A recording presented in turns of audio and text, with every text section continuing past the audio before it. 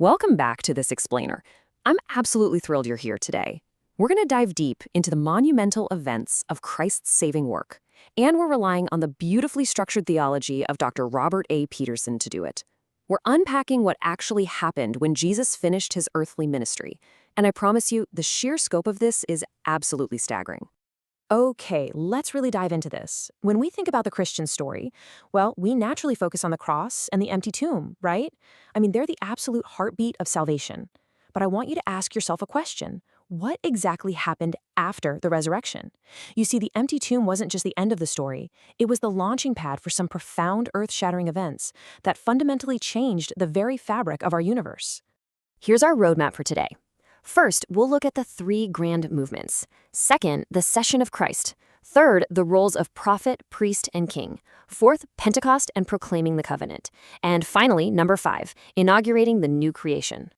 Section 1, the three grand movements. Dr. Peterson explains that we really should view Jesus' ministry through three grand movements. First is the descent. That's the incarnation, where the eternal Son of God literally became a man. Second is the ascent, which encompasses his exaltation and his session at God's right hand. And the third movement, well, that's the final descent, his future second coming. So his ascent from the Mount of Olives perfectly bridges his earthly incarnation with his glorious return. It's just one continuous, breathtaking narrative. Moving right along to section 2, the session of Christ.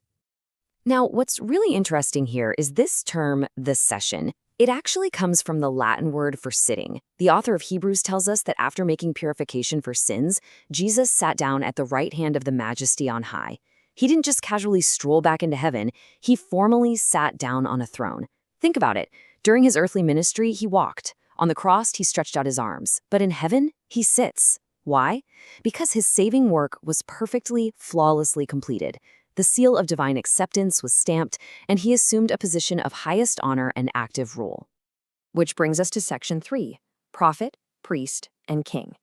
Theologians like Eusebius and John Carvin beautifully unpacked what's called the threefold office. Christ's session basically serves as his coronation as king par excellence, where he overcomes all foes and rules supreme. Second, he sits as our priest, bringing the permanent fruits of his sacrifice right into heaven's sanctuary to intercede for us. And thirdly, he sits as the prophet, the ultimate revealer who pours out the Holy Spirit to empower his church.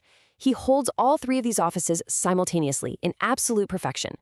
Just think about the profound legal imagery the Apostle Paul uses in Romans chapter 8. Paul asks, who shall bring any charge against God's elect? The answer is simple, no one. As our priest, Jesus sits in the Supreme Court of Supreme Courts. No charges against God's people can ever stick because the judge is the Father, and our defense attorney is the Son, who has already paid the penalty. By a single offering, he perfected for all time those who are being sanctified. His seated posture proves the case is permanently closed. Next up, section 4, Pentecost, proclaiming the covenant. Descending back to earth, we see how Christ's heavenly accession triggered a monumental, public explosion in human history, and this brilliantly illustrates the sheer genius of God's redemptive plan. Consider this Old Testament typology. At the Tower of Babel, humanity tried to reach heaven in arrogant rebellion, so God descended to judge, confusing their languages and scattering them. But 50 days after the resurrection, at Pentecost, we see this glorious reversal. God descends again, but not to judge. He descends to bless. The Holy Spirit translates the praises of God into every language, taking the absolute confusion of Babel and turning it into a united global mission. He scatters a brand new church to the ends of the earth. Theologian Sinclair Ferguson draws another stunning contrast, this time between Mount Sinai and Pentecost. At Sinai, the Old Covenant was given with fire, darkness, and terrifying fear.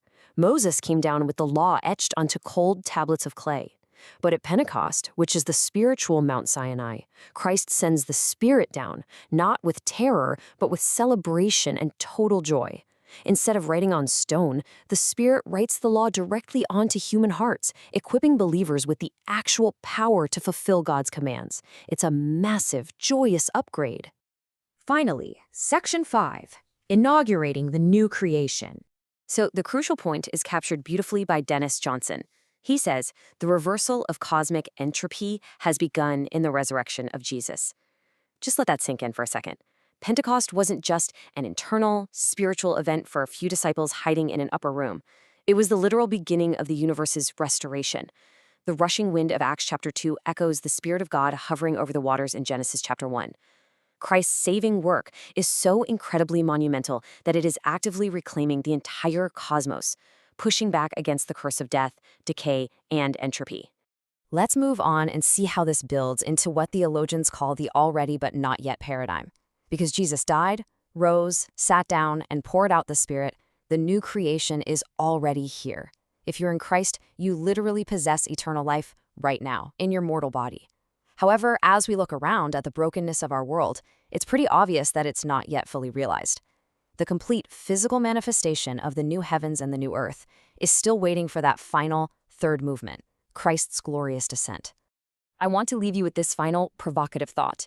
If the reversal of cosmic entropy has already begun, if the king is already seated, the sacrifice is already finished, and the Spirit is already poured out, how does that transform the way you view your world today?